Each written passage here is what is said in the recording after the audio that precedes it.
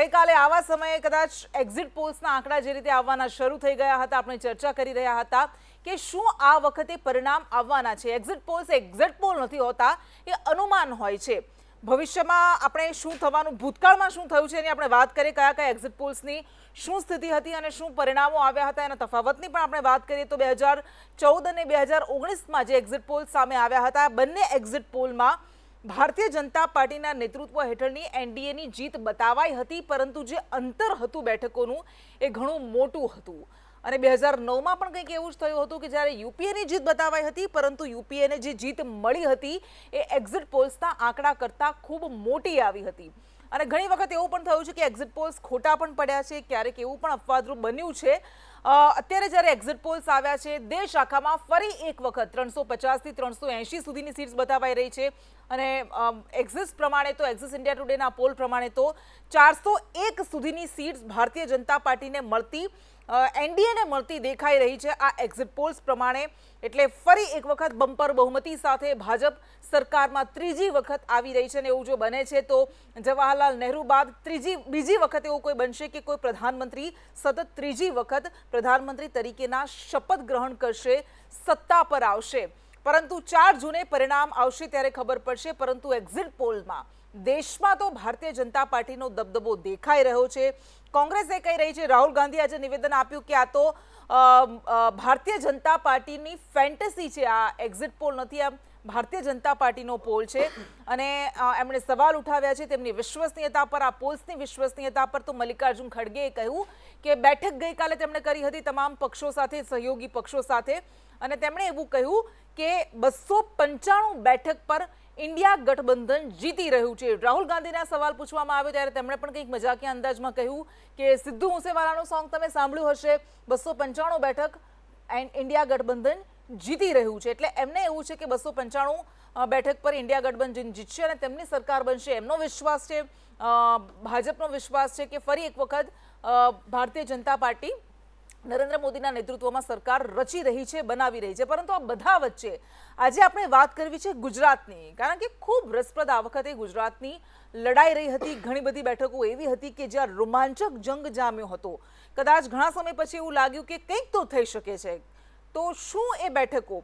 સૌથી પહેલા એ exit poll આપના સમક્ષ બતાવે કે જેમાં ગુજરાતના શું એક્ઝિટ પોલ કહેવામાં આવી રહ્યા છે. સૌથી પહેલા સી વોટરનો સર્વે એવું કહી રહ્યો છે કે 25 થી 26 બેઠકો ભાજપને મળી શકે છે, તો કોંગ્રેસને 1 બેઠક મળવાની સંભાવના છે. ઇન્ડિયા ગઠબંધનની આ વાત છે. એક્સિસના પોલ પ્રમાણે બીજેપીને 25 થી 26 બેઠકો મળી શકે છે, કોંગ્રેસને 0 થી 1 બેઠક, એટલે અહીંયા પણ 1 બેઠક મળવાની સંભાવના વ્યક્ત કરવામાં આવી રહી છે. આર ભારતના સર્વેની આપણે વાત કરીએ, આર ભારતના સર્વેમાં પણ કંઈક એવું જ ચિત્ર સામે આવી રહ્યું છે કે જેમાં ઇન્ડિયા ગઠબંધનને 0 થી 2 બેઠકો મળતી દેખાઈ રહી છે. જે રીતે સ્ક્રીન પર અમે આપને બતાવી રહ્યા છે, 24 થી 26 બેઠકો ભારતીય જનતા પાર્ટીને મળતી દેખાઈ રહી છે. અને એટલા માટે સવાલ થઈ રહ્યો છે કે જે ભાજપનો વિશ્વાસ હતો આ વખતે કે દેશની સાથે હેટ્રિક અમે લગાવીશું, 26 બેઠકો જીતીને ક્લીન સ્વીપ કરીને, તો શું એ આશા પર પાણી ફરી વળશે? શું એ ક્લીન સ્વીપની જે આશા હતી એ સાચી નહીં પડે, એ સપના સાચા નહીં પડે?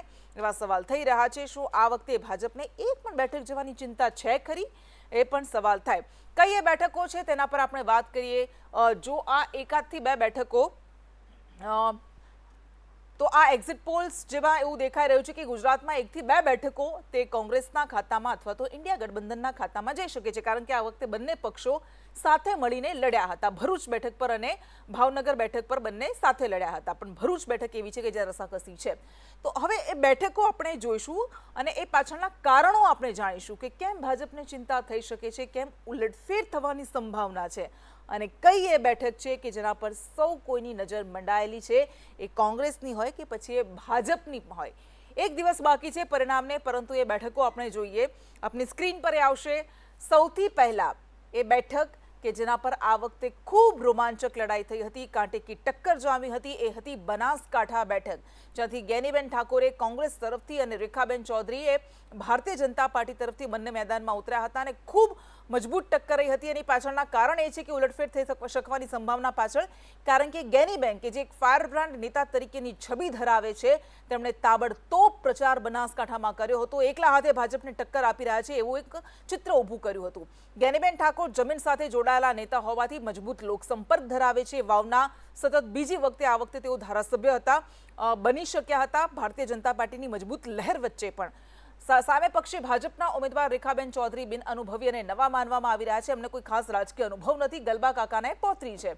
સહકારી માળખાને લઈને પણ ગેનીબેન સતત ભાજપ પર પ્રહાર કરતા રહ્યા હતા અને પ્રત્યક્ષ કે પરોક્ષ રીતે શંકર ચૌધરી પર પણ તેમણે પ્રહાર કર્યા હતા અને રાજકીય સાથે ભાવનાત્મક અપીલ કરવાની પણ તેમણે કોશિશ કરી હતી. દ્રશ્યો સામે આવ્યા હતા કે જ્યારે ગેનીબેન ઠાકોર રડતા પણ દેખાયા હતા. તેમણે એમ પણ કહ્યું હતું કે હું તમારી દીકરી છું, મામેરામાં વોટ માંગુ છું, બેન છું, મામેરામાં વોટ માંગુ છું. અને આ સાથે જ તેમણે એવું પણ એક ચિત્ર ઉપસાવવાની કોશિશ કરી હતી કે હું ગરીબ ઘરની દીકરી છું, હું ચૂંટણી જનતાના પૈસાથી લડી રહી છું, એમણે મને જે દાનમાં આપેલું છે એમાંથી લડી રહી છું. એટલે આ એક બેઠક એવી છે કે જ્યાં પ્રિયંકા ગાંધી પણ આવ્યા હતા, નરેન્દ્ર મોદી પણ આવ્યા હતા અને બંને પક્ષે ધુઆધાર પ્રચાર થયો હતો અને એટલા માટે આ બેઠકની સૌથી પહેલા ગણના થાય છે જ્યારે ઉલટફેરની સંભાવનાની વાત કરવામાં આવે છે. હવે બીજી બેઠકની આપણે વાત કરીશું કે જે એક એવી બેઠક છે કે જે જઈ શકે છે, સંભાવના છે, અને એ બેઠક છે દક્ષિણ ગુજરાતની ભરૂચ બેઠક.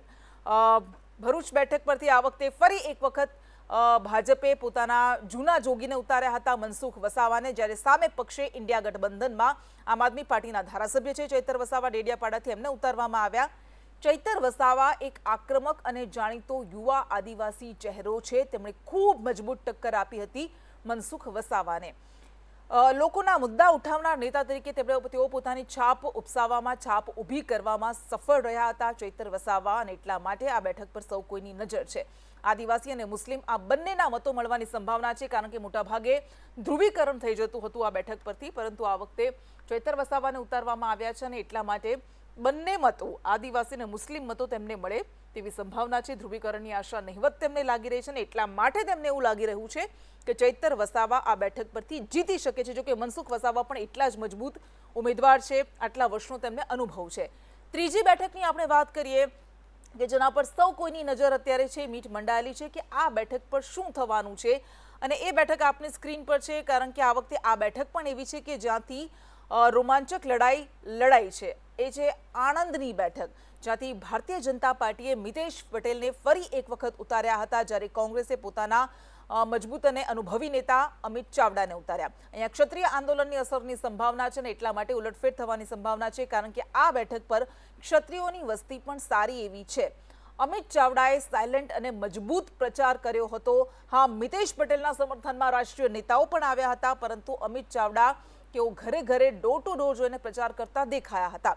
મિતેશ પટેલ વિરુદ્ધ નારાજગીની ચર્ચાઓ પણ ચાલી હતી. ખાસ કરીને ગ્રામ્ય વિસ્તારોમાં એમની વિરુદ્ધ નારાજગી ચાલી રહી છે એવું પણ ક્યાંક સામે આવ્યું હતું. ભારતીય જનતા પાર્ટી વિરુદ્ધ નારાજગી છે એવું પણ એક ચિત્ર સામે આવ્યું હતું. એટલે શું થાય છે એ જોવાનું આ બેઠક પર પણ ખૂબ રસપ્રદ રહેવાનું છે. અને છેલ્લી એ બેઠકની વાત કરીએ કે જે 0થી 2 બેઠકો મળવાની સંભાવના છે, એમાં આ બેઠકની પણ ગણતરી થાય છે. આ બેઠકના પરિણામો પણ ચોંકાવી શકે છે અને આ બેઠક છે દક્ષિણ ગુજરાતની વલસાડ, જેના માટે કહેવાય છે જે વલસાડ જીતે તે કેન્દ્રમાં સરકાર બનાવે છે અનંત પટેલ, અને સામે પક્ષે ધવલ પટેલે ભારતીય જનતા પાર્ટીમાંથી લડાઈ આપી હતી.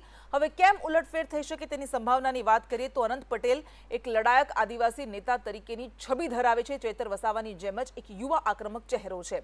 સાગરમારા પ્રોજેક્ટ હોય કે પારતાપી પ્રોજેક્ટ હોય, આદિવાસીના મુદ્દાઓને લઈને તેઓ સતત લડત લડતા રહ્યા છે અને એના કારણે તેઓ જાણીતો ચહેરો બનવામાં સફળ રહ્યા છે.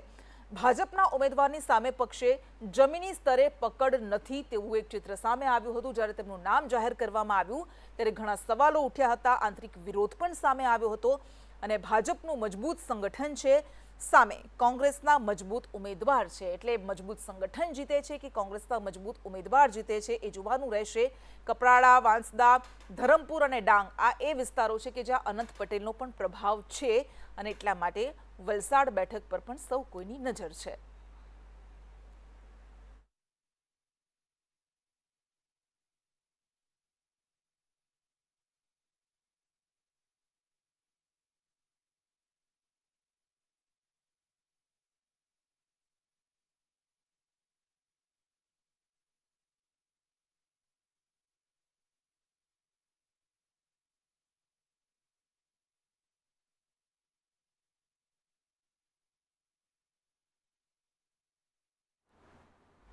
અને ચર્ચા આપણે કરીશું કે કઈ એ બેઠકો છે કે જ્યાં ગુજરાતમાં ગાબડું પડવાની ભારતીય જનતા પાર્ટીની બેઠકોમાં ગાબડું પડવાની સંભાવના છે। ગુજરાત એ ભાજપનો ગઢ કહેવાય છે, પરંતુ શું આ વખતે આ ગઢમાં સેંધ પાડવામાં કોંગ્રેસ સફળ થશે કે કેમ, ઇન્ડિયા ગઠબંધન સફળ થશે કે કેમ, એ સવાલો થઈ રહ્યા છે। ચર્ચા આપણે કરીશું।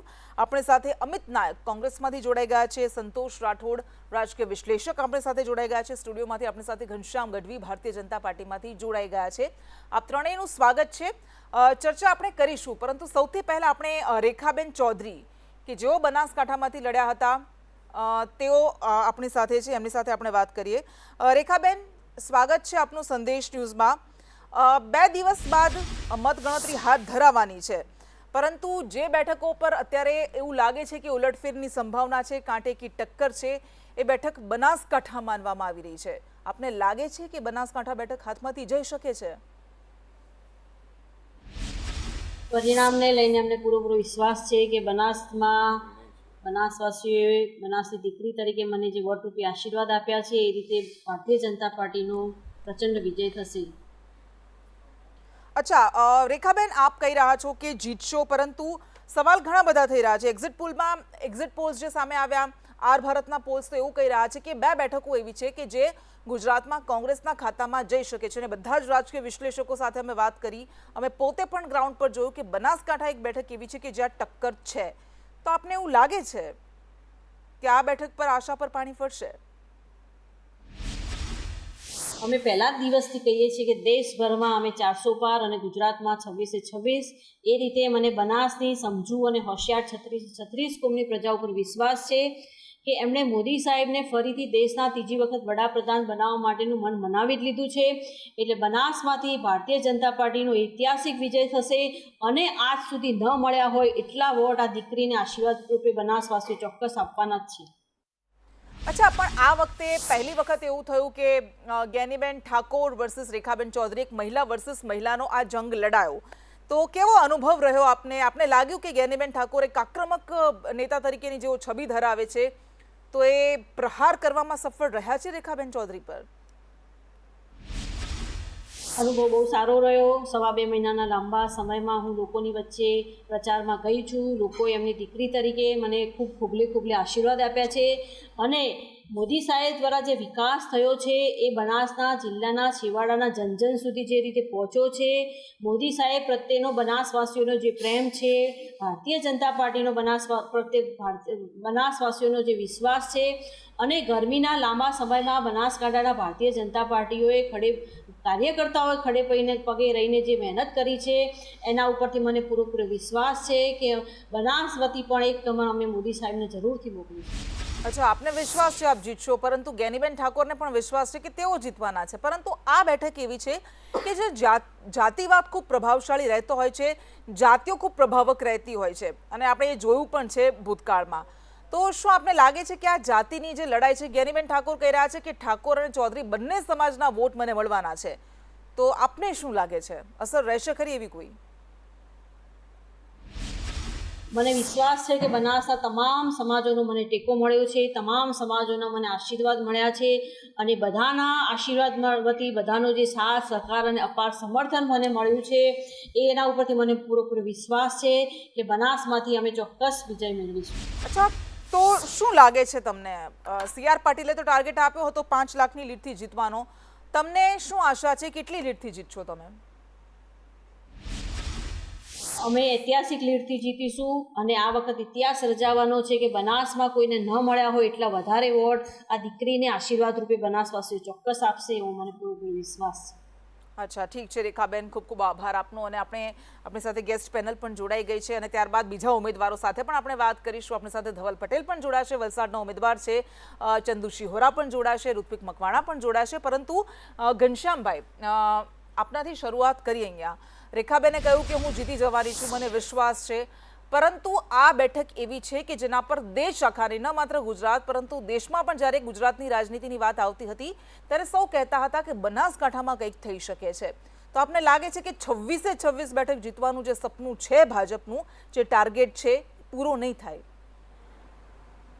100% ગુજરાતમાં એક તો સીટ સુરતની બિનહરીફ થઈ છે, અને બાકીની 25 સીટો એ 100% ભારતીય જનતા પાર્ટીને મળવાની છે અને બનાસકાંઠાની સીટ ભારે બહુમતીથી જીતાશે. એટલા માટે કે તમે જ્યાં હમણે જ્ઞાતિવાદની વાત કરતા હતા, પણ ગયા વખતે પણ પરબતભાઈ પટેલ આ સીટ ઉપરથી હતા, એ પણ ચૌધરી હતા.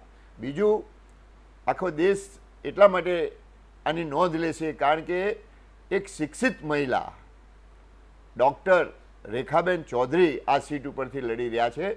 સૌમ્ય છે, સજ્જન છે અને સાથે ભારતીય જનતા પાર્ટીના દેવ સમાન કાર્યકરો ત્યાં કામ કરે છે, નિષ્ઠાથી કામ કર્યું છે, રાત દિવસ મહેનત કરી છે અને આખા ભારતીય જનતા પાર્ટીના સંગઠને સતત ત્યાં કામ કર્યું છે. ખુદ વડાપ્રધાન આદરણીય મોદી સાહેબ પણ એ સીટમાં પ્રચાર ઉપર આવેલા અને લોકોના આશીર્વાદ એમને મળ્યા છે. એટલા માટે ગયા વખતે આ સીટ 2 લાખથી વધારે મતોથી ભારતીય જનતા પાર્ટી જીત્યું હતું. આ વખતે એનાથી પણ ઇતિહાસ, રેખાબેને સાચું કીધું કે ઇતિહાસ બનશે કે એક ડૉક્ટર મહિલા ગુજરાતમાંથી જીતીને બનાસકાંઠાથી ઇતિહાસ સર્જશે. એટલે એમાં કોઈ શંકા નથી, ખૂબ જ સારા મતોથી જીતાવાની છે. પણ આ ગેનીબેનની એટલે વધારે તમે બધા વાતો કરો છો કારણ કે એક ધારાસભ્ય છે, એક ચહેરો પ્રખ્યાત હતો, એટલે લોકો એ પહેલાથી બોલવામાં માહિર છે. ના, એવું નથી. અમે એ લડાઈ જોઈ પણ છે, ગ્રાઉન્ડ લેવલ પર પણ તમારી જોઈ વાત નથી કરતો.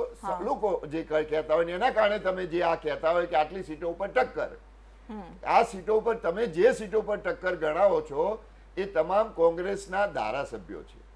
કોંગ્રેસને બીજા ઉમેદવાર નહીં મળતા એમને એમના ધારાસભ્યોને ઊભા રાખવા પડ્યા અને એ ધારાસભ્ય હોવાથી એ સ્વાભાવિક છે કે એક ફેસ હતા, એટલે આને ટક્કર ગણે. પણ ક્યાંય ટક્કર નથી.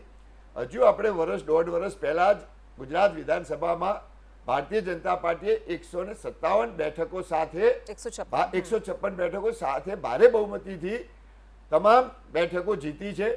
એટલે આ બનાસકાંઠાની સીટ પણ ભારતીય જનતા પાર્ટી ભારે બહુમતીથી જીતવાની છે. એટલે એમાં કોઈ ટક્કર નથી, એમાં કોઈ ચર્ચા નથી. ઓકે, આ પણ જે બે બેઠકો, 1 થી 2 બેઠકો જવાની વાત કરવામાં આવી રહી છે, તો તમને શું લાગે છે કે હા આ થોડું લાગે છે, આમાં કંઈક થઈ શકે એવી બેઠક કઈ લાગે છે? નહીં, અમને કોઈ લાગતી નથી.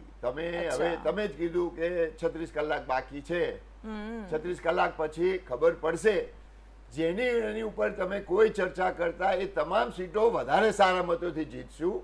એટલે એમાં કોઈ ચર્ચા નથી. કારણ કે આણંદની તમે વાત કરતા હોય તો 2 વખત ભરતસિંહ સોલંકી એ સીટ ઉપરથી હારી ચૂક્યા છે. એ જ સમાજના છે, એમના જ સગા છે અને માધવસિંહ સોલંકીના પુત્ર પણ એ સીટ ઉપર કોઈ સમાજના મતો કારણે મત નહીં, પણ ભારતીય જનતા પાર્ટીની કામગીરીના કારણે, ભારતીય જનતા પાર્ટીના સંગઠનના કારણે, આદરણીય વડાપ્રધાન નરેન્દ્ર મોદીના ઉપર મૂકેલો ગુજરાતની જનતા અને દેશની જનતાનો વિશ્વાસ, એટલે દેશમાં દબદબો જ છે, એમાં ગુજરાત દેશમાં આવી ગયું. અચ્છા, એટલે કોઈ ગાબડું નથી. અચ્છા, કોઈ ગાબડું નથી એવું આપનો વિશ્વાસ છે.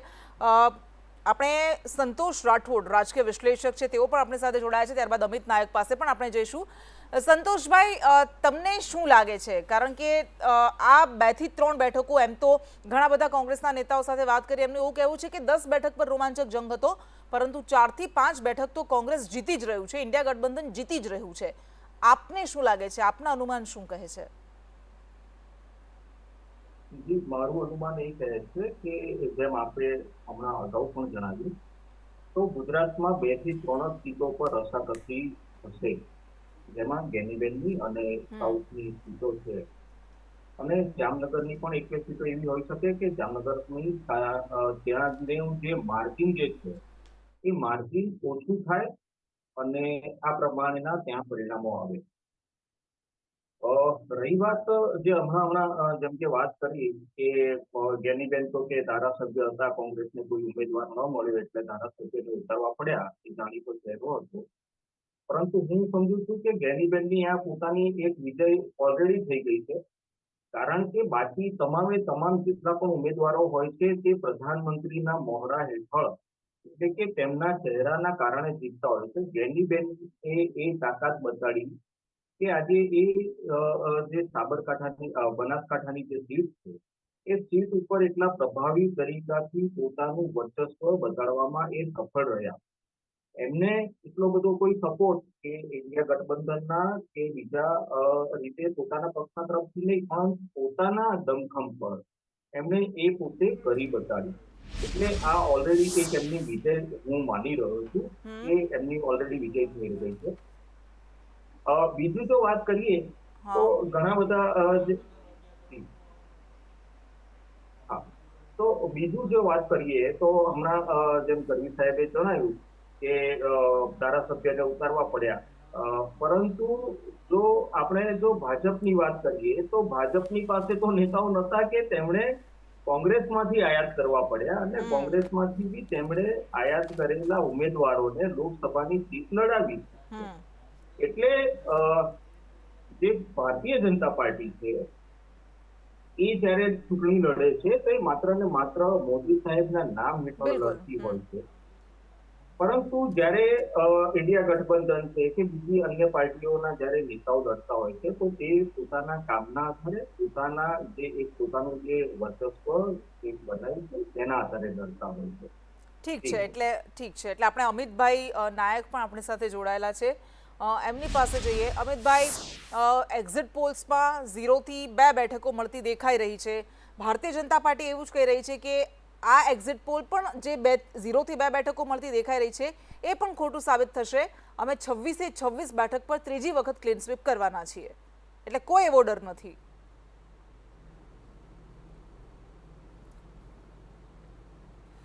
ક્રિષ્ના, સૌપ્રથમ તો આપનો અને સંદેશ ન્યૂઝનો આભાર માનું છું કે આપે નિષ્પક્ષ રીતે એટલું તો બતાવ્યું હતું કે સર્વેમાં કોંગ્રેસ 2 સીટ જેટલું બતાવે છે એટલું તો આપે સ્વીકાર્યું.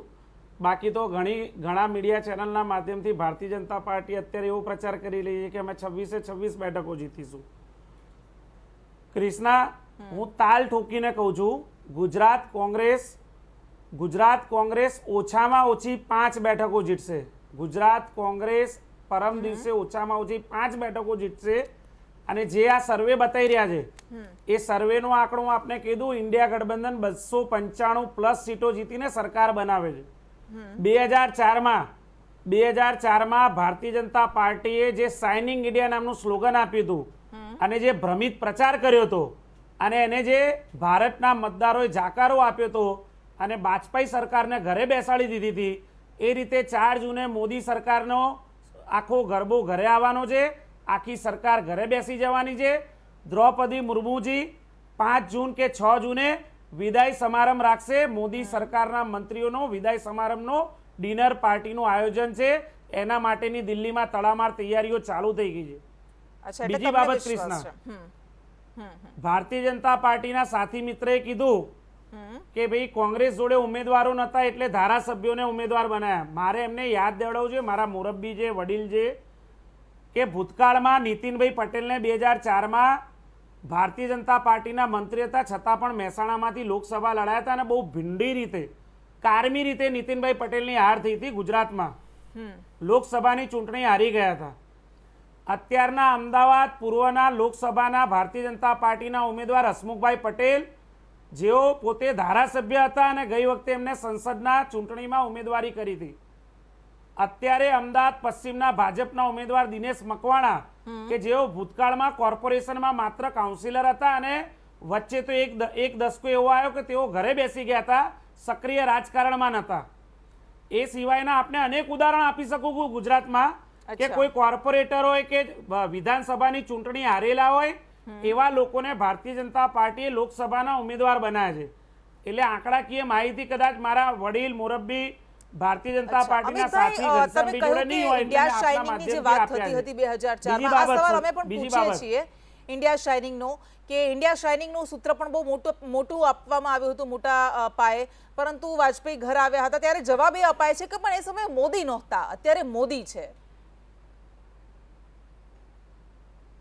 અને સામે પક્ષી એવો કોઈ ચહેરો નથી. હું એ જ કહું છું ક્રિષ્ના કે કોઈ પણ મીડિયા ચેનલના એન્કર હોય કે મતદાર હોય, રાજકીય વિશ્લેષક હોય, જો રાજકીય પ્રતિભામાં સરખામણી કરવામાં આવે તો મારે પોતાને જવાબ આપવાની જરૂર નથી. આપ સૌ સમજદાર જો કે વાજપેયીજીમાં અને નરેન્દ્ર મોદીમાં રાજકીય આગેવાન તરીકે, રાજનીતિ તરીકે અને રાજકીય જે સ્ટેબિલિટી કહેવાય, પ્રામાણિકતા કહેવાય, અને એક રાજકીય પ્રોટોકોલ કહેવાય એ પ્રમાણે વાજપેયીજીને વધારે મત મળે કે નરેન્દ્ર મોદી સાહેબને, એ આખા દેશના રાજકીય વિશ્લેષકો અને મીડિયા હાઉસ જાણે છે કે નરેન્દ્ર મોદી અને વાજપેયીજીમાં જો પ્રામાણિકતાથી કોઈનું સિલેક્શન કરવામાં આવે રાજનેતા તરીકે, પોતાના ઠીક છે, આવીશું. સિદ્ધાંત અને સિદ્ધાંત માટે જે માણસ રાજકારણ કરતું હોય અને નીતિ નિયમ સાથે પ્રામાણિકતાથી, તો વાજપેયીજીનું જે લેવલ છે નરેન્દ્ર મોદી કરતા 10 ગણું વધારે હશે. ઓકે અમિતભાઈ, બ્રેકનો સમય થઈ ગયો છે, આવીશું આપની પાસે. ઘણા બધા મુદ્દાઓ પર ચર્ચા કરવાની છે.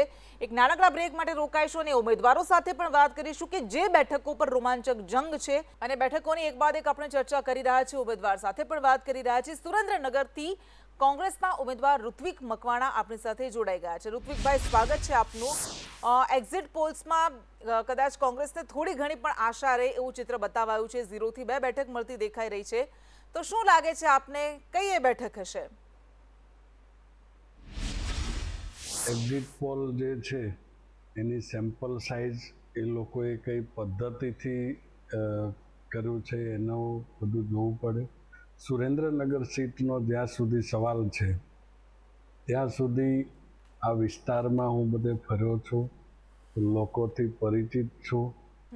કોંગ્રેસ પાર્ટીના અને આમ આદમી પાર્ટીના કાર્યકર્તાઓએ મહેનત કરેલી છે. એની સામે ભારતીય જનતા પાર્ટીના ઉમેદવાર સામે જ વિરોધ વંટોળ હતો. પરસોત્તમ રૂપાલાએ રાજકોટની સીટ ઉપર મતના ધ્રુવીકરણ માટે જે પ્રમાણે નિવેદનબાજી કરી એનો ક્યાંક ને ક્યાંક પ્રત્યાઘાત આ સીટ ઉપર જોવા મળેલો.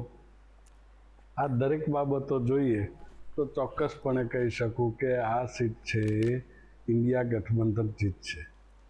અચ્છા, તો ગુજરાતમાં એવી કઈ બેઠક છે, તમે કહી રહ્યા છો કે ઇન્ડિયા ગઠબંધન જીતવાનું છે, કઈ કઈ એવી બેઠક આપને લાગે છે કે જ્યાં આપ જીતી શકો છો? ચોક્કસપણે જ્યારે કોઈ સમાજની અંદર એક પ્રકારનો અસંતોષ પ્રવર્તે ત્યારે એનો ચોક્કસપણે ફાયદો થતો હોય છે. ભારતીય જનતા પાર્ટીની અંદર વર્ષોથી મહેનત કરનારા કોળી સમાજના જે આગેવાનો છે એ પાછલા 5 વર્ષોની અંદર ક્યાંક ને ક્યાંક એક પ્રકારે કહીએ તો હાંસિયામાં ધકેલાઈ ગયા છે. નથી સંગઠનમાં ક્યાંય ઉચિત સ્થાન આપવામાં આવતું, નથી ચૂંટણીની અંદર ક્યાંય ઉચિત સ્થાન આપવામાં આવતું, અને એના પરિણામે ભારતીય જનતા પાર્ટીના કાર્યકર્તાઓની અંદર એક અસંતોષનો વાત આવેલી, અને સ્વાભાવિક છે કે એની અસર છે એ સીધી રીતે વિપક્ષને મળતી હોય છે. અચ્છા, ના, પણ મારો સવાલ તો એ હતો કે કઈ એવી બેઠક છે કે જે આપને લાગે છે કે કોંગ્રેસને મળી શકે છે? શું સુરેન્દ્રનગર બેઠકમાં આપને એવું લાગે છે? અને જો હા તો કેમ, કારણ શું? ચોક્કસપણે મેં કહ્યું એમ પાછલી ચૂંટણીની અંદર કોંગ્રેસ અને આમ આદમી પાર્ટી બંને લડ્યા અને એના પરિણામે મતોનું વિભાજન થયેલું. એનો સીધી રીતે લાભ ભારતીય જનતા પાર્ટીને મળેલો, અને એને કારણે એન્ટી ઇન્કમ્બન્સીના જે મત હતા એ ડિવાઈડ થયા, અને એના કારણે જે પરિણામ નહોતું મળ્યું એ આ વખતે ઇન્ડિયા ગઠબંધનની અંદર બંને પાર્ટીઓ સાથે મળીને લડી છે, એ ફાયદો થવાનો છે. નંબર 2, ઉમેદવારોની જે પસંદગી થઈ છે એ ક્યાંક ને ક્યાંક ભારતીય જનતા પાર્ટી અને કોંગ્રેસ કે ઇન્ડિયા ગઠબંધનના ઉમેદવારોની સીટ વાઇઝ વ્યક્તિગત કમ્પેરિઝન કરીએ તો પણ જોઈ શકાય છે કે ભારતીય જનતા પાર્ટીએ ક્યાંક ને ક્યાંક એમના ઉમેદવારો બદલવા પડ્યા હતા. કેટલીક સીટો ઉપર બદલવા માટેની માગણીઓ ઉઠી હતી, કેટલીક જગ્યાએ પરાણે થોપી દેવામાં આવ્યા છે. એટલે એ પ્રમાણે જોવા જઈએ તો ઉમેદવારોની પસંદગી પણ કોંગ્રેસ માટે અને આમ આદમી પાર્ટી માટે પ્લસ પોઈન્ટ રહી છે. ત્યારબાદ સ્થાનિક વિસ્તારના પ્રશ્નો જે હોય એ સત્તાના મદની અંદર આવેલી ભારતીય જનતા પાર્ટીની સરકારે લોકોની સમસ્યાઓને ઇગ્નોર કરી છે, એનું પણ એક પરિબળ હોય. પછી કેટલાક સિનિયર કક્ષાના ઉમેદવારો જેને કહી શકાય એવા ઉમેદવારોએ પણ આખા રાજ્યનું વિચારવાના બદલે પોતપોતાની સીટ સેફ કરવા માટે થઈને જે પ્રકારે નિવેદનબાજી કરી, અચ્છા, એના પરિણામે પણ ભારતીય જનતા પાર્ટીને નુકસાન થયું છે. ઠીક છે, એટલે આપને લાગે છે એવું સમય આપણી પાસે ઓછો છે, એટલે ખૂબ ખૂબ આભાર આપનો. ચંદુભાઈ શિહોરા કે જેઓ ઋત્વિક મકવાણાની સામે લડ્યા હતા સુરેન્દ્રનગર બેઠક પરથી ભારતીય જનતા પાર્ટીમાંથી, તેઓ પણ આપણી સાથે જોડાઈ ગયા છે. ચંદુભાઈ, સ્વાગત છે આપનું સંદેશ ન્યૂઝમાં. સુરેન્દ્રનગર બેઠક પણ એવી હતી કે જ્યાં સારી એવી લડાઈ થઈ હતી. ક્ષત્રિય સમાજનું જે રોષ હતો, આંદોલન હતું, એની અસર થાય એવી પણ વાત કરવામાં આવી હતી. તો શું લાગે છે આપને, ભાજપને અહીંયા કેટલી આશા છે લીડની?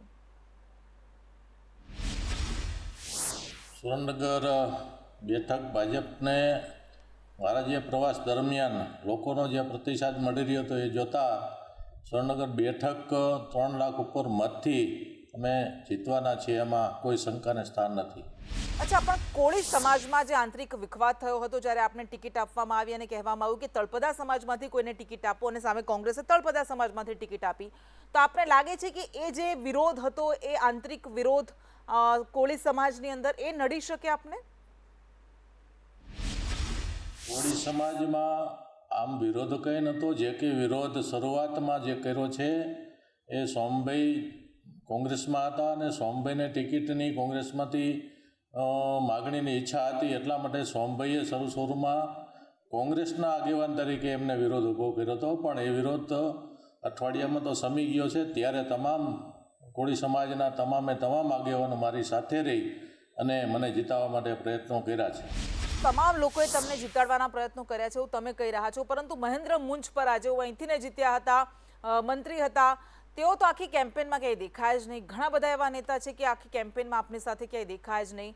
તો આપને લાગે છે કે આ આંતરિક નારાજગી હોઈ શકે છે ને એ પણ નડી શકે છે? મુંજપરા સાહેબે મારી સાથે અમારા સમાજની સંમેલનમાં પણ એમને કીધું હતું કે મારા તરફથી જો ચંદુભાઈ 5 લાખ મતથી જીતવાનો જે પાર્ટીનો ટાર્ગેટ છે, 5 લાખ પાર્ટીના ટાર્ગેટ મુજબ અને 51,000 મારા તરફથી જીતવા માટેના મારા પ્રયત્નો એવા હશે. ત્યારે મુંજપરા સાહેબ મારી સાથે રહ્યા છે. મુંજપરા સાહેબ ડૉક્ટર હોવાના કારણે, એમનું દવાખાનું પણ ચાલુ હોવાના કારણે દરેક મિટિંગમાં કદાચ હાજર ન રહી શકાય, પણ મુંજપરા સાહેબ દિલથી મારી સાથે રહ્યા છે. પાર્ટીના અન્ય આગેવાનો પણ મારી સાથે રહીને કામ કરેલું છે. ત્યારે અમે આ સીટ બહુ જંગી મતથી જીતવાના છીએ. વિશ્વાસ છે, પરંતુ અહીંયા કોળી સમાજનું સારું એવું વર્ચસ્વ છે સુરેન્દ્રનગરમાં, અને ઋત્વિક મકવાણાને સામે આપના જ સમાજમાંથી ઉતારવામાં આવ્યા છે. એક્ઝિટ પોલ્સ પ્રમાણે 1 બેઠકનું નુકસાન, 1 થી 2 બેઠકનું નુકસાન દેખાઈ રહ્યું છે. તો આપને લાગે છે કે સુરેન્દ્રનગર હોઈ શકે છે? સુરેન્દ્રનગર બેઠક મેં અગાઉ કીધું એમ અમે 3 લાખ મત ઉપરથી જીતવાના છીએ, એમાં કોઈ શંકા નથી. ઋત્વિકભાઈ ધારાસભા લડેલા છે અને ધારાસભા વખતે 3જા નંબર ઉપર ચોટીલા સીટમાં આવ્યા છે. ત્યારે ઋત્વિકભાઈને લોકો ઈચ્છતા નથી, એ સાબિત થઈ ચૂક્યું છે. ત્યારે સુરેન્દ્રનગર સીટમાં કોઈ પણ જોખમ નથી રહેલું. અમે 3 લાખ મતથી 100% જીતવાના છીએ. ભાઈ, આભાર આપનો સંદેશ ન્યૂઝ સાથે વાત કરવા માટે. નૈશદ દેસાઈ સાથે પણ આપણે વાત કરીશું કે જેઓ CR પાટીલ સામે નવસારી બેઠક પરથી આ વખતે લડ્યા હતા. CR પાટીલ તો ગત વખતે દેશ શાખામાં, માત્ર ગુજરાતમાં જ નહીં પરંતુ દેશ શાખામાં સૌથી વધારે લીડ સાથે જીતનાર સાંસદ બન્યા હતા. પરંતુ આ વખતે શું થવાનું છે, ગુજરાતના સંદર્ભમાં પણ એમની સાથે વાત કરીશું, નૈશદભાઈ સાથે. નૈશદભાઈ, સ્વાગત છે આપનું સંદેશ ન્યૂઝમાં. એક્ઝિટ પોલ્સ જે રીતે કહી રહ્યા છે કે 1 થી 2 બેઠક કોંગ્રેસને મળી શકે છે, તો આપને કઈ લાગે છે એ બેઠક ગુજરાતમાં? મેડમ, આખા દેશમાં પણ તમે જુઓ ને તો આ જે એક્ઝિટ પોલ છે ને એ લગભગ ઘણા ખોટા પડશે અને બહુ ટફ ફાઇટ થશે NDA અને ઇન્ડિયા ગઠબંધન વચ્ચે. બરાબર ટફ ફાઇટ થશે, તમે જોજો. હવે ગુજરાતમાં જો આપણે વાત કરીએ ને મેડમ, તો ગુજરાતમાં ટફ ફાઇટ તો 8 સીટ પર છે, પણ 4 સીટ જીતા એવી છે કોંગ્રેસથી. જો એક તો ડોક્ટર તુષાર ચૌધરી વાળી બેઠક સાબરકાંઠા, બીજી ગેનીબેન ઠાકોરની અને અમિત ચાવડા સાહેબની અને ચૈતર વસાવા વાળી. આ બેઠકો તો ઘણા વખતથી બધા જ 99% લોકો એવું માને છે કે આ બેઠકો ભાજપની જશે. અચ્છા. પણ છતાં હવે એક્ઝિટ પોલ એમ કહે છે કે ભાજપની 100% બેઠકો રહેશે. હા એવું અમે માનતા નથી. જો મેં આપને કહ્યું ને મેડમ, હા અમારો સ્પષ્ટ સંદેશ છે કે 10 બેઠકો પર ટોપ 5 ગુજરાતમાં છે ને 4-5 બેઠક ભાજપની જઈ શકે એવી 99.99% શક્યતા છે મેડમ. અચ્છા નૈશદભાઈ, Yeah. હા જી બિલકુલ, તમે કહી રહ્યા છો કે 99.99% બેઠક જવાની છે, 4-5 બેઠક આપણો ટાર્ગેટ ઘણો મોટો છે. હા નૈશદભાઈ, એક મિનિટ, તો શું કોંગ્રેસ આ વખતે આપણે વાત કરીએ, દેશની વાત કરીએ, તો શું આપને લાગે છે કે એક્ઝિટ પોલ જો સાચા પડે છે તો કોંગ્રેસ મુદ્દાઓને લઈને જવામાં જનતા સમક્ષ નિષ્ફળ રહી? જો એક્ઝિટ પોલ સાચા પડે છે તો ખૂબ મોટી જીત થશે ભાજપની, એનો અર્થ એ કે કોંગ્રેસ સફળ ન રહી. મુદ્દા રજૂ કર્યા, એન્ટી ઇન્કમ્બન્સી બી થોડી હતી. આ વખતે એવું મેજર વેવ નહોતું, પણ અને ગઠબંધન જે છે મેડમ એ 60% રાજ્યોમાં થયું પણ 40% રાજ્યોમાં ન થયું. આપ જોજો પરિણામ ચોથીએ સાંજે આપ નક્કી કરશો કે 3 રાજ્યો એવા છે,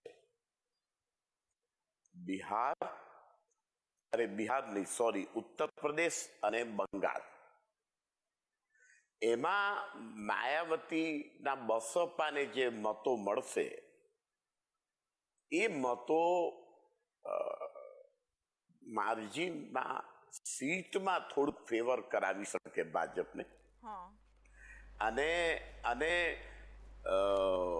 મમતા બેનર્જી સામે જે ત્રિપક્ષી જંગ થયો છે એ સામ્યવાદી કમ્યુનિસ્ટ અને કોંગ્રેસના જે મતો ખરા અને મમતા બેનના મતો, એમાં તમે જોજો કે તમે યુપી અને બંગાળમાં 30 સીટ કમસે કમ એવી હશે કે જે ભાજપને મતના ડિવિઝન ને કારણે મળી હશે.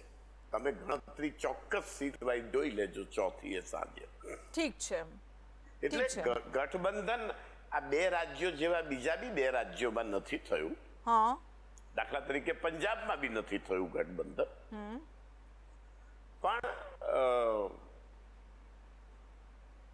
જે રાજ્યોમાં ગઠબંધન થયું છે ત્યાં જરૂર એનડીએને ફાયદો થશે. ઠીક છે નૈશદભાઈ, આપ કહી રહ્યા છો ફાયદો થશે, પરંતુ જોવાનું રહેશે 4 જૂને શું થાય છે. અમિતભાઈ પાસે આપણે જઈએ. અમિતભાઈ, જે રીતે એક્ઝિટ પોલ્સમાં કહેવામાં આવ્યું છે, ગત વખતે પણ 2014-2019માં એક્ઝિટ પોલ્સે એનડીએની જીત બતાવી હતી, એ સાચી પડી હતી, પરંતુ એ સીટ્સમાં ઘણું અંતર રહ્યું હતું. આગળ વાત કરી 2009માં પણ એવું થયું હતું કે યુપીએની જીત બતાવી હતી, પરંતુ સીટ્સમાં ઘણું મોટું અંતર હતું, સીટ્સ ઘણી વધારે જીતી હતી યુપીએ. તો શું આપને લાગે છે કે હજુ એ આશ છે કે એક્ઝિટ પોલ સાવ ખોટા પડશે અને આખું ચિત્ર બદલાઈ જશે?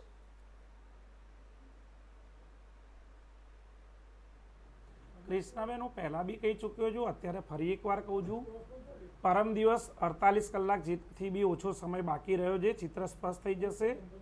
મેં આપને કીધું કે 2014-19 બધું જ ભૂલી જશે, 2004નું રિપીટેશન થશે અને જે ઇન્ડિયા સાઇનિંગ જેવા હાલ થયા હતા એવા હાલ 2024ના પરિણામોમાં થશે. તમે 100 દિવસનો રિપોર્ટ કાર્ડના આધારે નરેન્દ્ર મોદી 2014માં સત્તામાં આવ્યા હતા કે મને માત્ર 100 દિવસ આપજો, પેટ્રોલ ડીઝલનો ભાવ ઘટાડીશ, ગેસ સિલિન્ડરનો ભાવ ઘટાડીશ, રોજગારી વધારીશ, ખેડૂતોની આવક બમણી કરીશ, કાળું નાણું પાછું લાવીશ, દરેકના ખાતામાં 15 લાખ આપીશ. આ 100 દિવસના આધારે તેમણે 2014માં અબકી બાર મોદી સરકાર, अच्छे दिन आने वाले, हम मोदी जी को जिताने वाले. આ દેશની ભોળી જનતાએ, આ દેશના સંયમી અને ભોળી મતદારોએ તેમને 100 દિવસની બદલે પૂરા 10 વર્ષ આપ્યા. આજે 10 વર્ષ બાદ આ દેશના લોકોને મળ્યું શું? મહિલાઓની સુરક્ષા બાબતે આપણે મણિપુર અને આસામ, અરુણાચલ પ્રદેશના દ્રશ્યો જોઈ ચૂક્યા છીએ.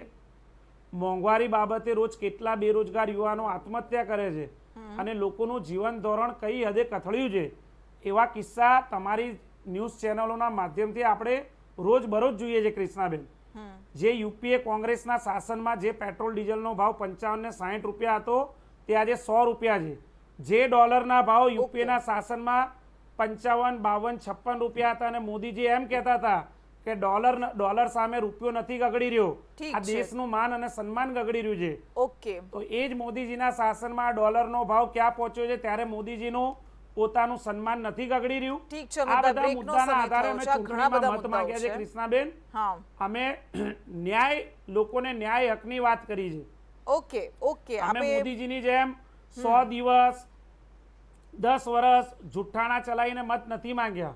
ઠીક છે, સમય આપણી પાસે રાહુલજી ઓછો છે. વારંવાર જાહેર સભામાં કહેતા હતા, ફરી એકવાર કહીએ છે, હા